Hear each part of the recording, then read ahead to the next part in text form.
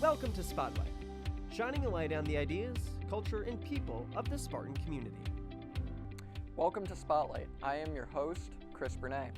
Now, there are more than 5,000 international students that study and live at MSU. They come from different countries and also have their own cultures. Today, we will interview the leader of the Chinese Culture Club, Peter Zhao, to talk about how he runs the Chinese Culture Club and also what he thinks about the difference between American and Chinese students. Welcome, Peter. Hello, everyone. I'm Peter. So, we all know you are the leader of the Chinese Culture Club. Can you introduce a little bit about the club for us? Sure. The Chinese Culture Club is, the club for Chinese culture, but it's not just that. We also have a Chinese history, Chinese music, Chinese clothes, and Chinese choreography during our daily activity. All right. So why did you establish the club? Actually, I was not the one who established this club, but I'm the second leader of it. So at first, we were just several close friends, who they are all very interested in the Chinese culture. And then we find that, there are more students who also, interested in this. So why not we just join a club and establish a club, to establish a platform so that those who are interested in Chinese culture can join us. And also, I think because nowadays a lot of Chinese students who, they don't care about their own cultures. That's a very, horrible things, because I think they shouldn't really forget where they come from. So that's another reason why we established this club. All right. So what kind of activities do you do daily for the club? Yeah, usually the daily activity will be spread into different parts. The first one is the Chinese calligraphy. We have 7 or 8 students who are very good at writing Chinese calligraphy, and we will practice every week. Do you have any sort of customs or any sort of handcrafts? Yeah, we do have many handicrafts. They are usually made by girls. They like this kind of shining stuff. They're really beautiful. Do you make them yourself? Of course not. They are made by the club members, by some girls in our club. All right. Do you have any activities at the club for American students? Yeah, we do have very special activities. It is called Chinese Character Hero. It is usually held in April every year, and during that time, we will have collaboration with the Department of Chinese, to teach the professors who teach Chinese and ask their students to join us. And the activity will be spread into native Chinese speakers and non-native Chinese speakers, but they will, have activities together. So it's pretty interesting because they can not only have fun during the activity, but also learn Chinese culture. All right. So the student association doesn't run with much profit. How are you able to run it without earning money? Actually, our club doesn't cost a lot of money, but we do have a collaboration with other Chinese associations like KUSA and CISA. And for the most money part, we were just, the student will cover their money by themselves, for the clothes or for the choreography. So, yeah. All right. How many members are currently in the club? There are around 70 students who are in the club. Most of them are Chinese students, but we also have some American students who are also interested in this. All right. Have you ever had any difficulties introducing the Chinese culture to Americans?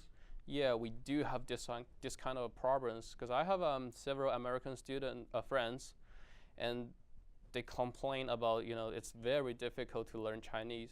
Hold that thought. We will be right back with my guest, Peter Zhao, after these messages.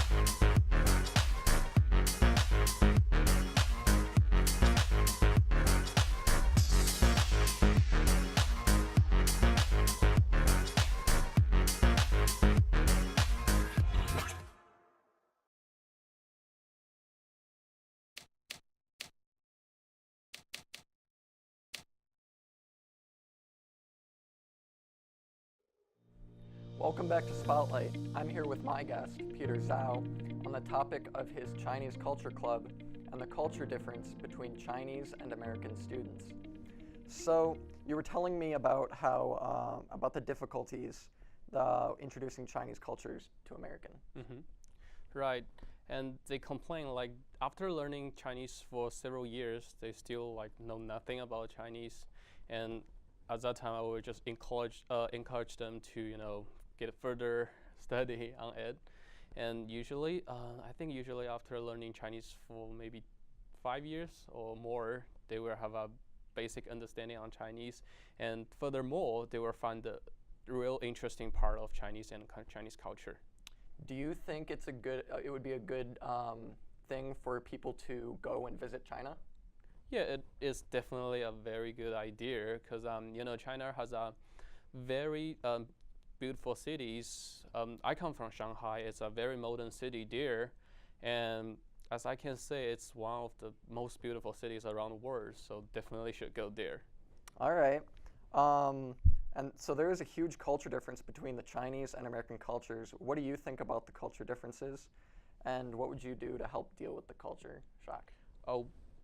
It is indeed a very huge difference between Chinese culture and American culture. But what we did is try to mix them together. Because I'm a Chinese student, but I'm now studying and living in American. So how can we mix these two cultures together is a very interesting but very hard things. But we are working on that. All right. And we know there's a large group of Chinese students that live in here and study at MSU. Do you have any suggestions for them?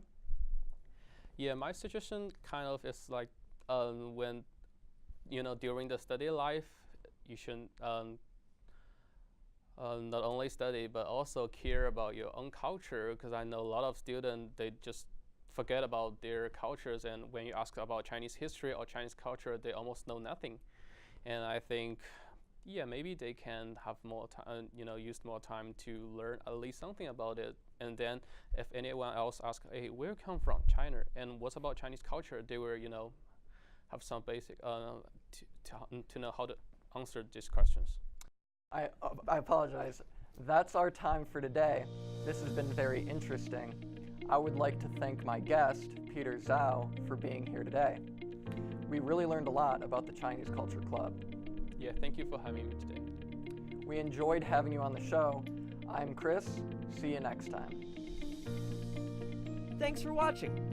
Spotlight is a production of MSU Media and Information and was produced and directed entirely by Michigan State University students. Join us next time for more Spotlight.